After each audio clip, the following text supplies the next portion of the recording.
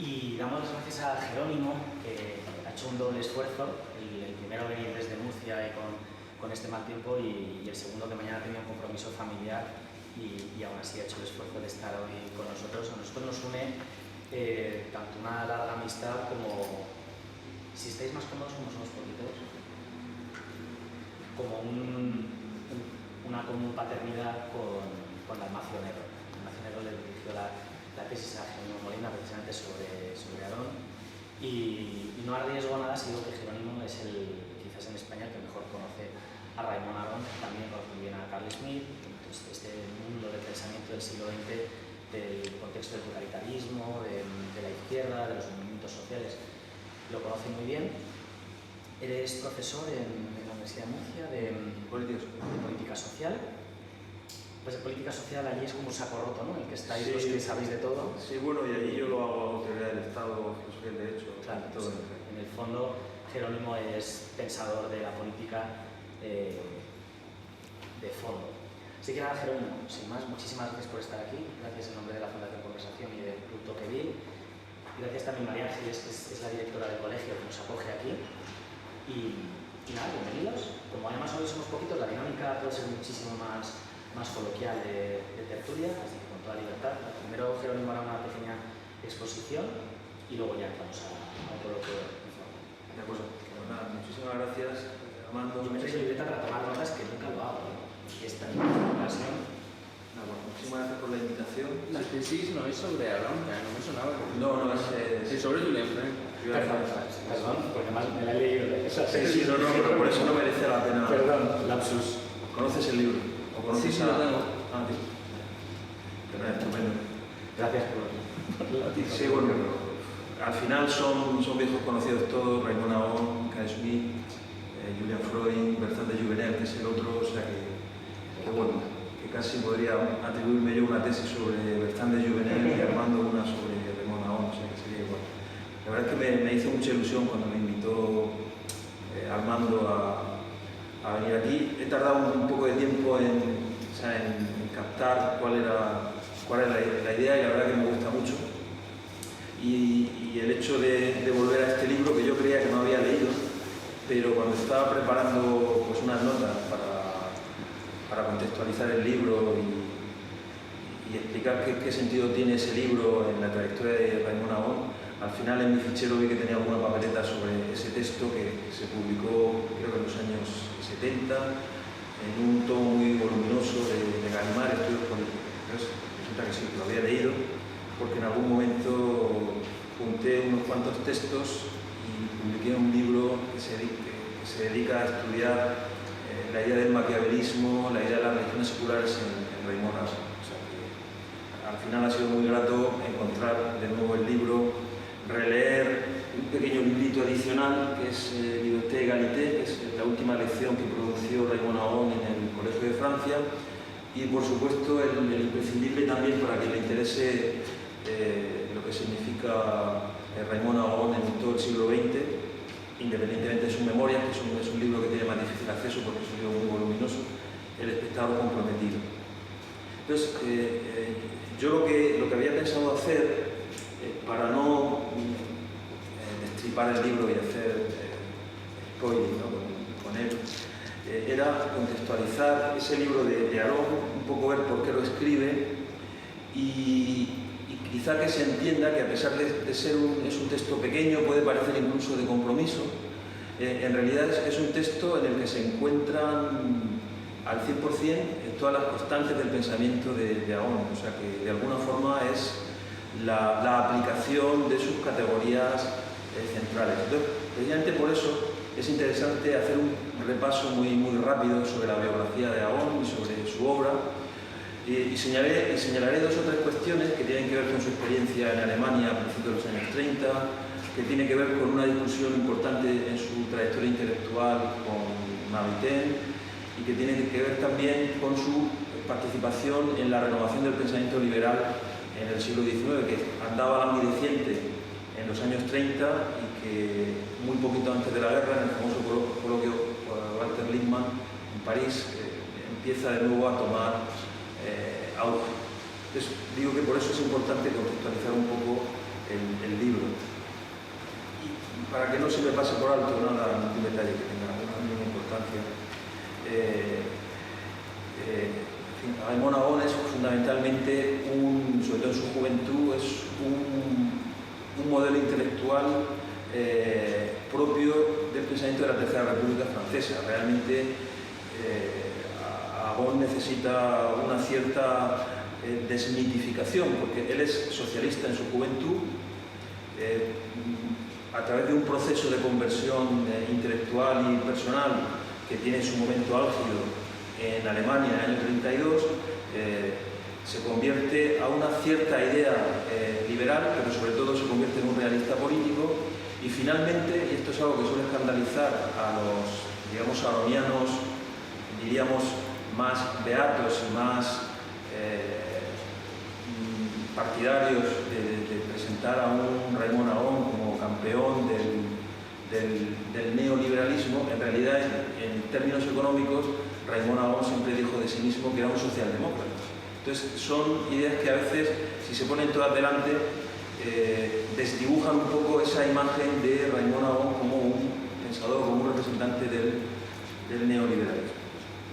Bueno, pues ese joven, que es además discípulo y seguidor del filósofo Alain, al que él acompaña siempre cuando sale del instituto, del liceo, es curiosamente alguien que gana muy pronto una relación en la Sorbona, pero abandona, decide rápidamente empezar a preparar una tesis doctoral y se marcha a Colonia y después a Berlín. Entonces es digamos, el primer momento importante en su trayectoria intelectual para entender quién es Agon, porque ahí se va a producir lo que él llama su conversión al realismo político.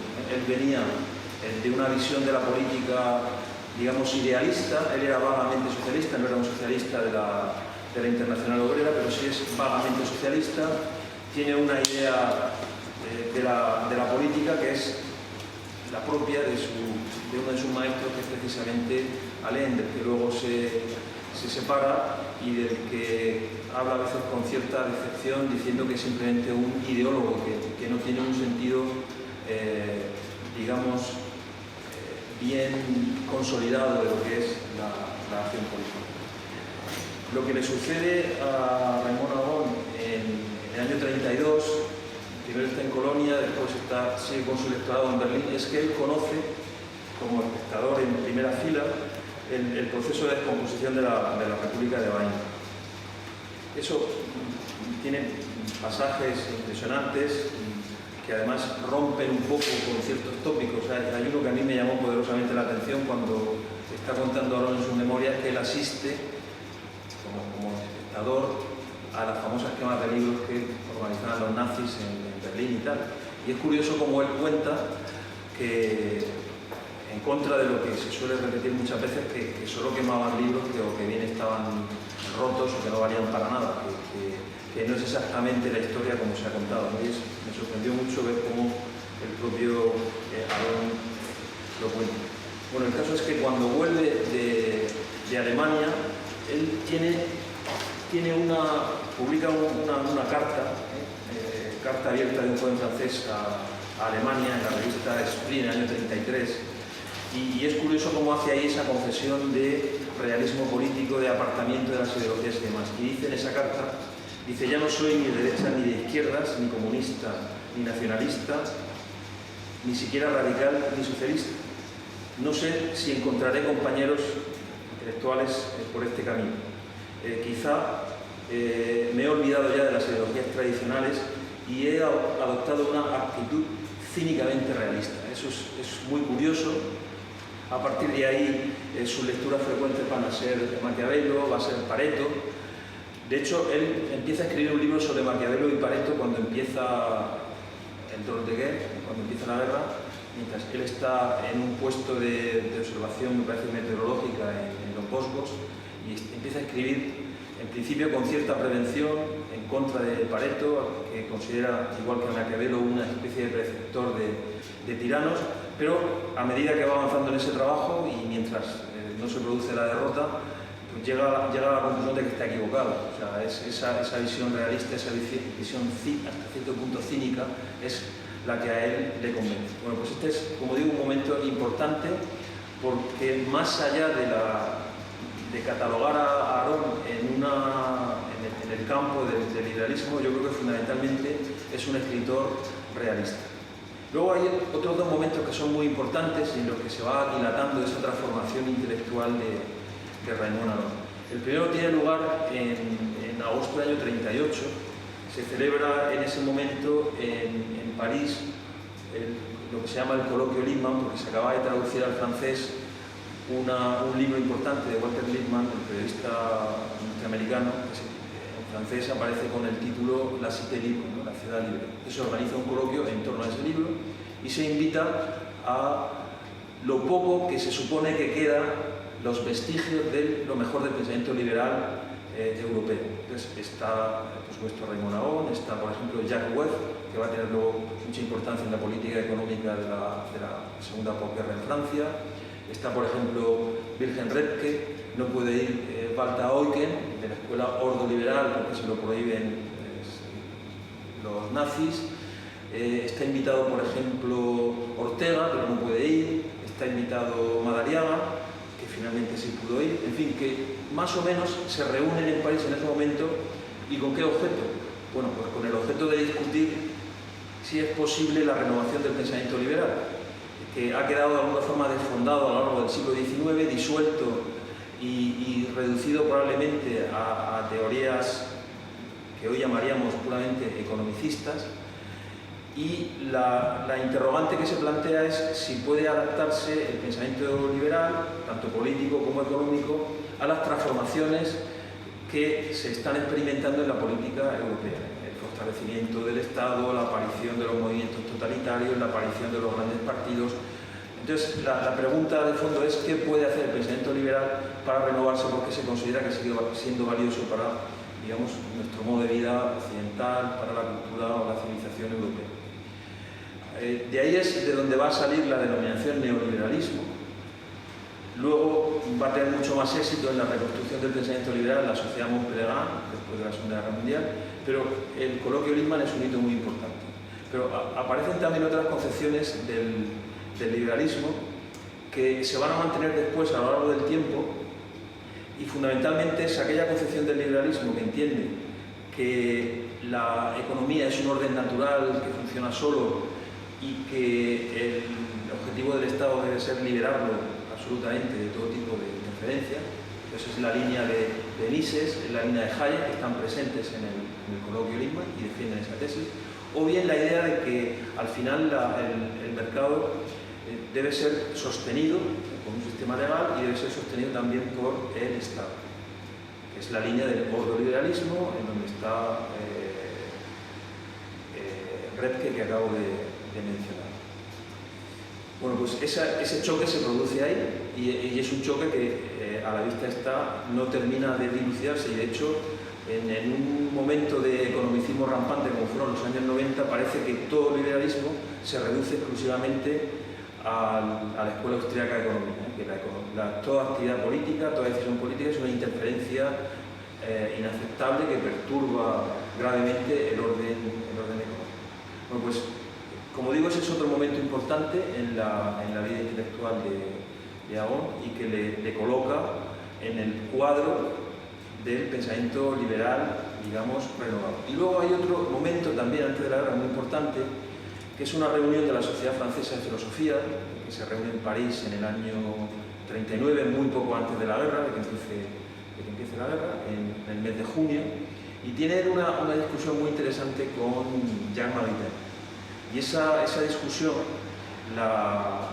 viene a plantear básicamente si los estados que se consideran democráticos pueden eventualmente adoptar determinadas políticas que son las mismas, pero con la idea de defenderse, que son las mismas que han adoptado los estados totalitarios.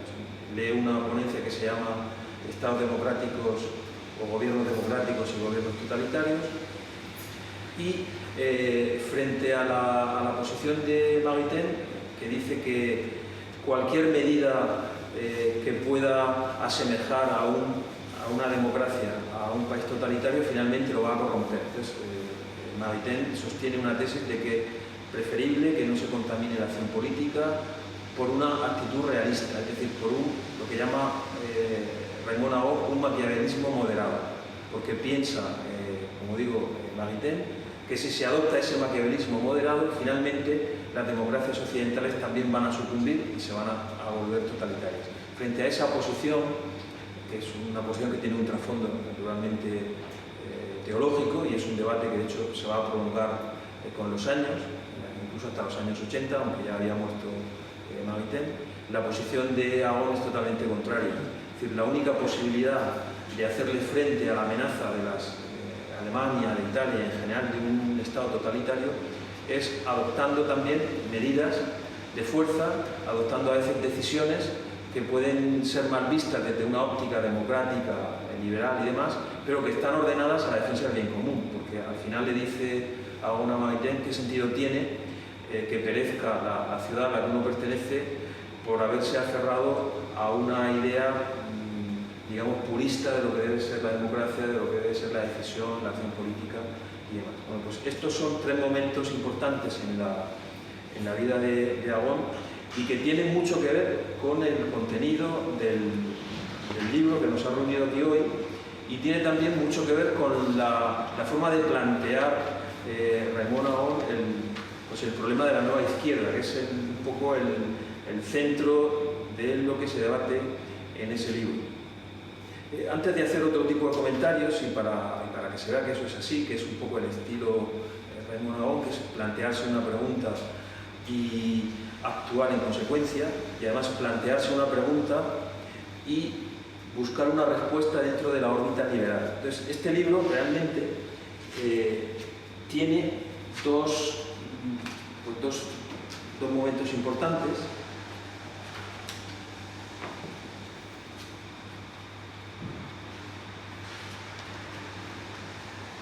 Y merece la pena además que el libro se aborde de esa manera, porque es el planteamiento, a mi juicio, perfecto para abordar la lectura de este libro.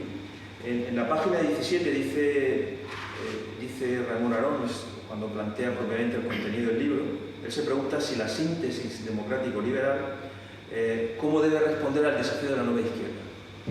De alguna forma es lo mismo que había sucedido en el coloquio de la Sociedad Francesa de Filosofía, que deben hacer los regímenes liberales para enfrentarse a la amenaza totalitaria, lo mismo que se había planteado en el coloquio Lippmann, qué debemos hacer para renovar el pensamiento liberal y para contener, digamos, el auge de las políticas intervencionistas, y de alguna forma también es el planteamiento que él se hace cuando llega a Alemania y ese socialismo vago que empieza a convertirse pues, en una suerte de liberalismo, se plantea cuál debe ser la actitud frente al desmoronamiento de la República de Weimar.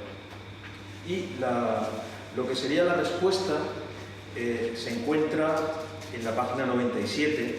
Entonces, el libro describe ese arco, página 17, marcha uno al final del libro y ve que efectivamente esa es la respuesta que él da, y en el trayecto pues él va ocupándose de qué es la nueva izquierda, a la que compara en cierto modo con una secta, y eso es un tema también, una secta religiosa, eso es interesante también subrayarlo, y subraya también lo más característico del pensamiento liberal, de modo que el lector tiene delante, en su día los que escucharon esta conferencia, el lector tiene delante pues, todo el problema.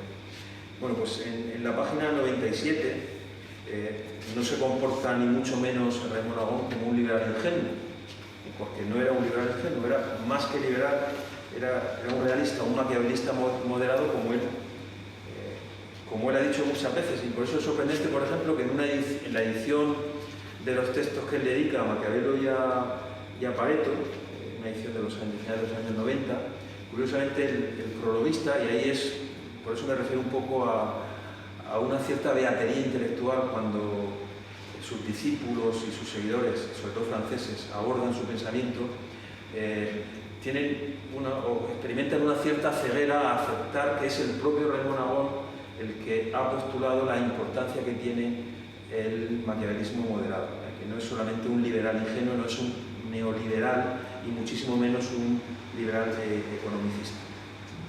Dice en esta página, y es el detalle que demuestra que Raymond Aron es es una mente política en estado puro. Dice, la nueva izquierda no deja de recordar la función positiva que los conflictos desempeñan en los cambios sociales. Es decir, la nueva izquierda de alguna forma supone una amenaza, supone poner en cuestión los regímenes demoliberales o democráticos liberales. Respuesta de Raimon Aron: entendamos ese lenguaje y nosotros, los liberales, entablemos batalla. Puesto que quieren ser nuestros enemigos, no ignoremos su hostilidad. Esto lo podría haber escrito perfectísimamente Carl Schmitt, que es un autor que admira y que lee Raimon Aron, pero hacia el que manifiesta siempre una cierta prevención, no tanto personal, sino para no dar a entender entre sus lectores y entre su público en Francia que ha cambiado de bando. Es curioso cómo durante mucho tiempo Julian Freud intenta hacer de mediador entre Raimon Aron y Carl Schmitt. Carl Schmitt está dispuesto, por supuesto. Le invita incluso a participar en uno de los libros homenaje a Schmitt, pero Aron es siempre muy reticente, lo cual no quiere decir, y eso se encuentra en su obra, que haya leído de verdad con profundidad el pensamiento de Schmitt. Y aquí la cuestión es la enemistad y la hostilidad, es decir, al final no es... tú no puedes desentenderte del enemigo. Si alguien te declara su hostilidad, tienes dos alternativas: o rendirte de antemano, que es una famosa polémica también entre Julian Freud y Jean Hippolyte, o te rindes o le haces frente, y eso es precisamente lo que dice Raimon Aron. Es decir, son nuestros enemigos y no podemos ignorar la hostilidad. Es decir, no podemos hacer como que nada ha sucedido, y está hablando de alguna manera del mayo del 68, porque es un poco el contexto en el que esta conferencia tiene lugar al año siguiente, pero está también hablando sobre todo de las transformaciones que en el campo de la izquierda se han producido desde los años 50.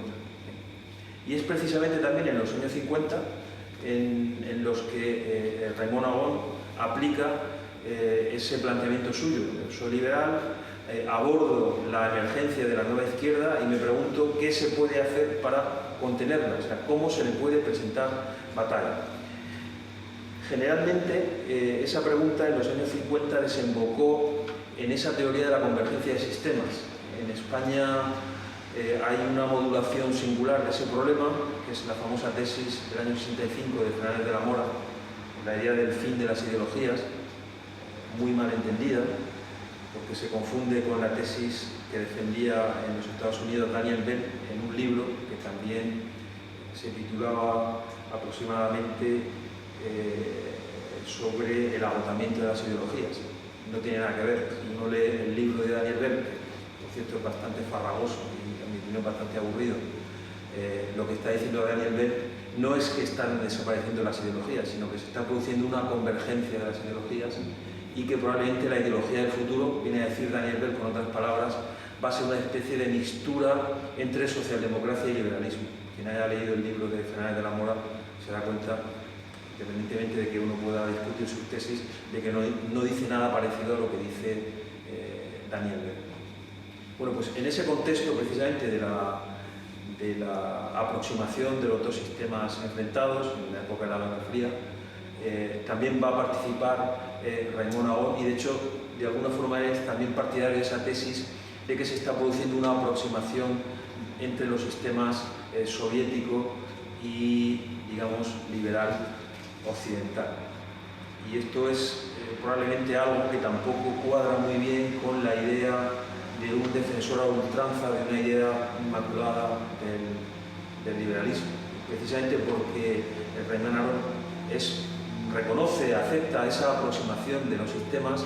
Él se declara que es un socialdemócrata en materia económica, o sea, que no tiene nada que ver con el Austrian Economics ni con el neoliberalismo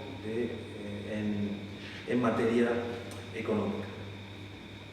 Yo creo que esto contextualiza bien el libro, con la única reserva de que hay que tener también en cuenta lo que significa para Raimon Aron la experiencia de la revolución inencontrable, dice él, de mayo del 68. Y es sumamente interesante su posición al respecto, porque en la época pues él es uno de los pocos profesores, es uno de los pocos intelectuales que no se allana a esa marea que parece que va a acabar con la Quinta República, y alza su voz y se expresa. De hecho, en el libro El espectador comprometido hay un capítulo sumamente interesante en el que el primer sorprendido de que se haya hecho de Raimon Agon una especie de portavoz de una posición conservadora y enfrentada a esa marea, él es el primero que se sorprende, porque finalmente terminó bastante aburrido de la revolución inencontrable del año 68. Tanto es así que cuando estaba mirando pues algunos papeles y algunas notas, volví a encontrarme con una opinión, esto en una carta que le escribe Raimon Agon a Julian Freud en mayo del 69. Resulta que Julian Freud, que se había tomado muy en serio hablar con los alumnos, discutir con ellos, no para ser obsequioso con sus reivindicaciones, ni muchísimo menos, sino para plantearle seriamente su opinión, para hablar de la autoridad, para hablar de lo que significa la universidad y más. Entonces, en ese contexto, elabora Julian Freud un texto inédito, está en los archivos, en los papeles de Raimon Agon, en el que le cuenta a Raimon Agon esos debates que ha tenido con los alumnos, concretamente acerca de la sociología, la idea de que la sociología no debe convertirse en una vulgar ideología, que es un poco la nota dominante en ese momento. Dice precisamente en ese sentido Julian Freud que en realidad para la ciencia sociológica esa revolución inencontrable, está citando el libro que ya ha aparecido de Raimon Agon, no tiene más importancia que un golpe de estado en Zanzíbar o que una discusión en un matrimonio. O sea, que es año 69 y Julian Freud entiende que eso no tiene mayor importancia. La respuesta de Agon es bastante divertida. En realidad está diciendo que ya no quiere saber nada de todo eso y le dice concretamente, dice, señor Freud, usted tiene muchísima paciencia que yo. Dice, seguramente porque usted es más joven. Dice, yo he agotado ya toda la mía. Dice, y a partir de ahora yo dejo a estos jóvenes universitarios que sigan desrazonando en paz. No sé muy bien cómo traducir, pero yo creo que se entiende, ¿no? Dice, o sea, olvídeme que yo me he olvidado ya de la revolución del 68. Y aquí hay un momento interesante porque ofrece un contraste entre la actitud realista frente a lo que parece una revolución que se va a llevar por delante al general de Gaulle y la actitud de muchísima gente absolutamente desorientada, incluso los ministros del general de Gaulle absolutamente desorientados, que no saben qué hacer. Y anoté aquí tres opiniones, son muy breves y merece la pena que las lea o que las señale, porque es Raimon Agon en estado puro. Raimon Agon, desde la época de su exilio en Londres, cuando está trabajando para la Francia libre, él es un enemigo encarnizado de Gaulle, es que no lo soporta. Le profesa un odio africano, de hecho le llamaba Badinguet. Este Badinguet es el nombre de un albañil que le dejó su ropa a Napoleón III cuando huyó de París al caer la monarquía, o sea que es un término muy ofensivo y solía llamar en esos términos tan ofensivos, siempre en privado, al general de Gaulle. Pero al ver el comportamiento de Gaulle en el mayo del 68, dice que por primera vez tuvo el impulso de decir: yo soy gaulista, viva de Gaulle. ¿Por qué? Porque dice Agon que en los primeros momentos él se encontraba muy perplejo, porque consideraba que lo que estaba sucediendo no tenía mayor recorrido político, pero sin embargo la delicuescencia del Estado me impresionó, tal vez exageradamente, pero profundamente.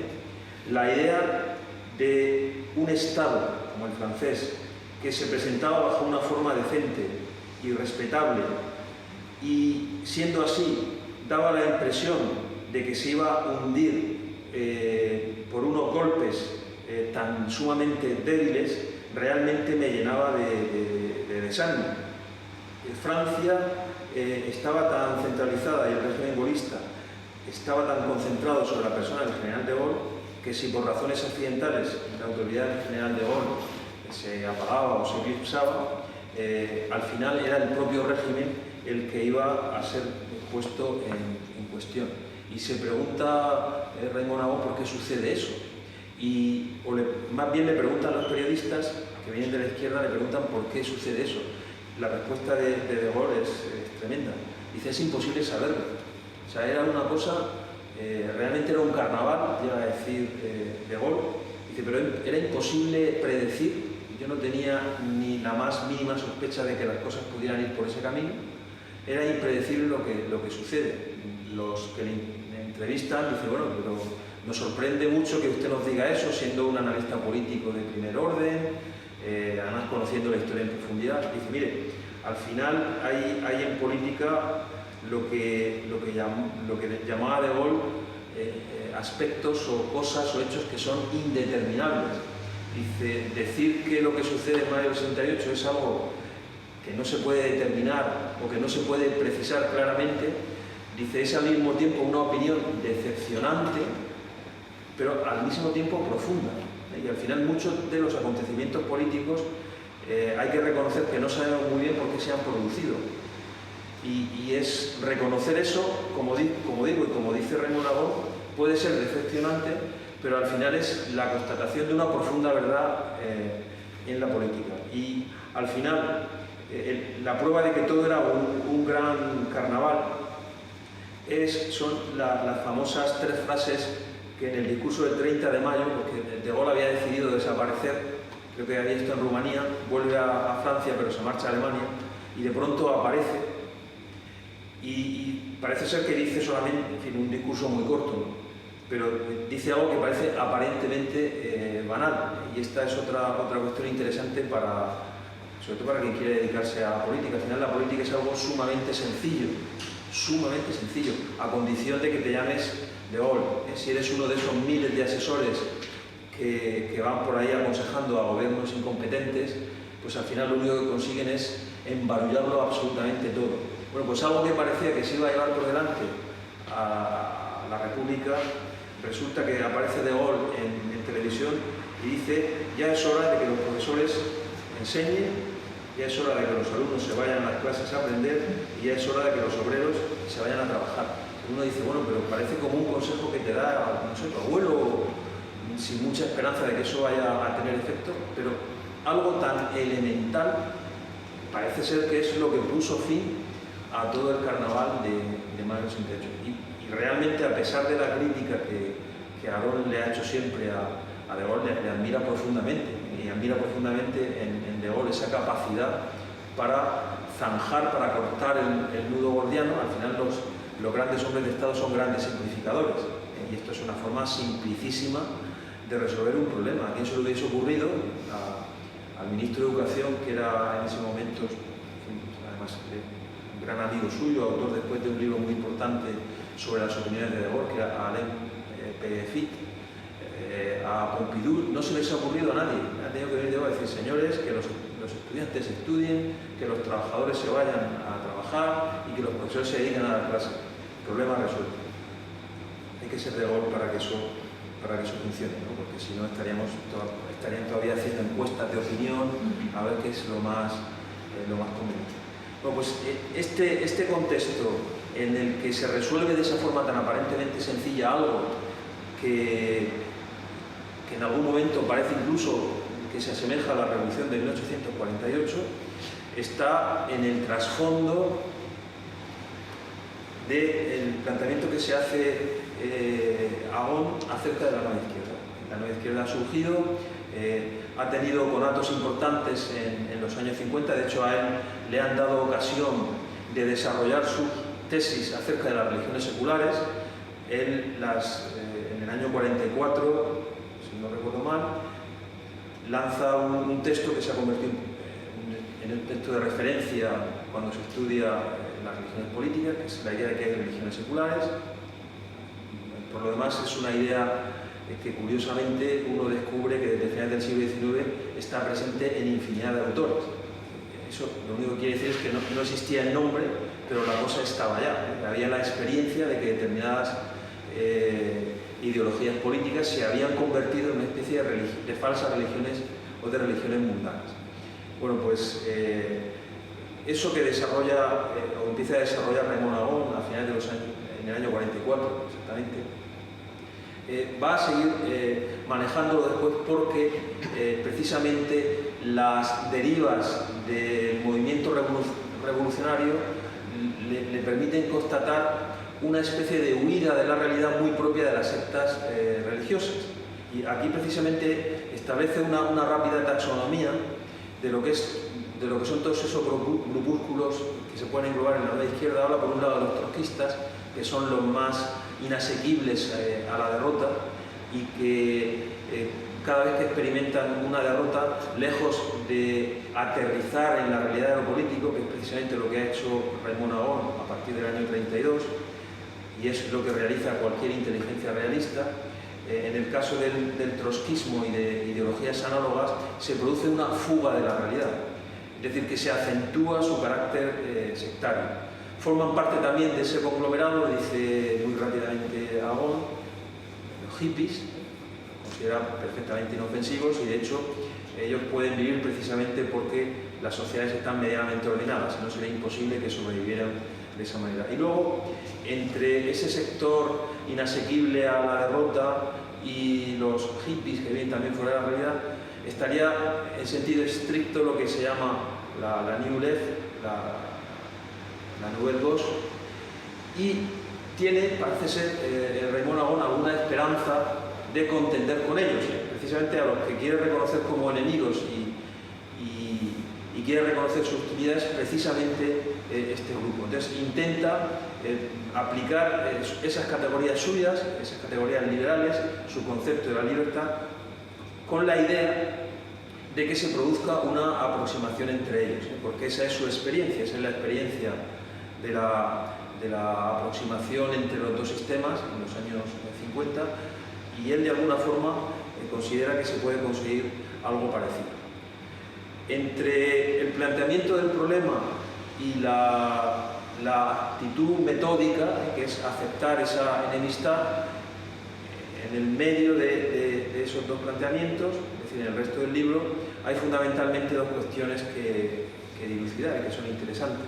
Una reflexión sobre el sentido de la libertad, o para ser más fieles al pensamiento de Aron, sobre el sentido de las libertades, y a continuación, pues un poco lo que hay como trasfondo o como causa generadora de esa evasión de la nueva izquierda de la realidad, y es el cuestionamiento permanente de la idea de autoridad.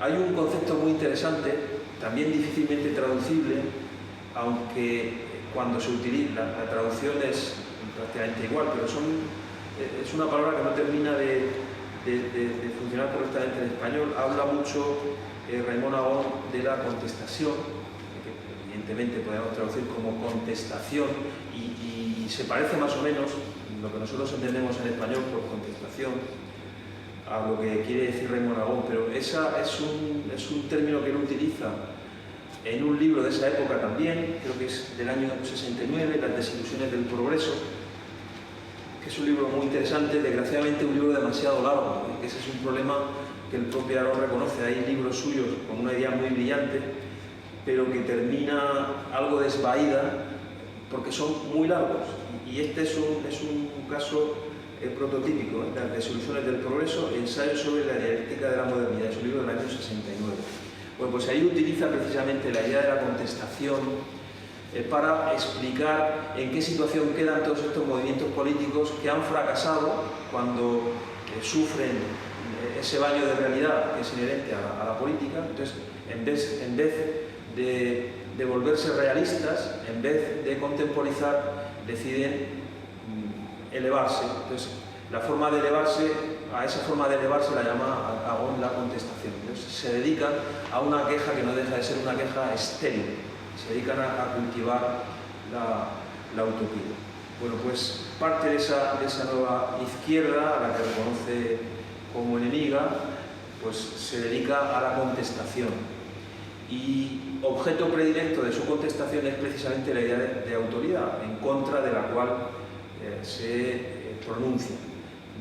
Uno de los elementos o uno de los, mejor dicho, sectores o contextos en los que se produce esa contestación y ese rechazo de la autoridad es precisamente en el ámbito universitario. Entonces, se nota que este libro todavía es parte de la resaca intelectual del mayo del 68 porque es algo que está muy presente, es el problema de la autoridad de los profesores, la posición de esos profesores que han decidido despojarse de su autoridad con la idea de que así pues van a ser bien vistos entre los estudiantes. Y luego la otra cuestión, como digo, importante en este libro, aunque no es novedosa en la obra de Raimon Agon, y no es novedosa porque la ha tratado en profundidad en un librito que es una colección de ensayos que se llama Ensayos sobre las libertades. Todos estos libros están traducidos al español y se consiguen sin ningún problema. Y ese ensayo sobre las libertades es un ensayo anterior que es del año 65.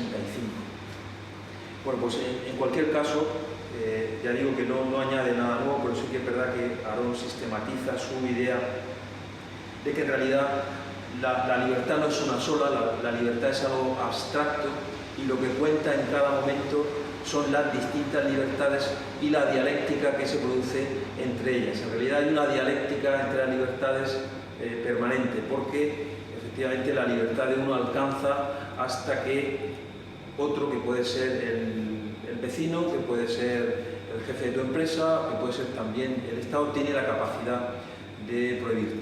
Entonces, al final, la cuestión esencial es que dice Aron que se puede hablar de libertad en singular, entendiendo que la libertad en singular no deja de ser sino la expresión concreta de esa dialéctica de las libertades en las distintas épocas históricas. Entonces, es fácil encontrar aquí, pues, no es una alusión directa, pero al final la famosa distinción de Isaiah Berlin sobre la libertad de y la libertad para, pues están detrás también de estos planteamientos de Aon. Es un planteamiento dicotómico, más allá de la distinción entre libertad, que es algo abstracto, y libertades. Al final hay una dialéctica permanente entre libertades formales y libertades reales, la libertad como derecho y la libertad como capacidad, la libertad de y la libertad para, la libertad positiva y la libertad negativa. Eso forma, digamos que son distintos nombres de la misma cosa, y es lo que sirve de acicate para plantear toda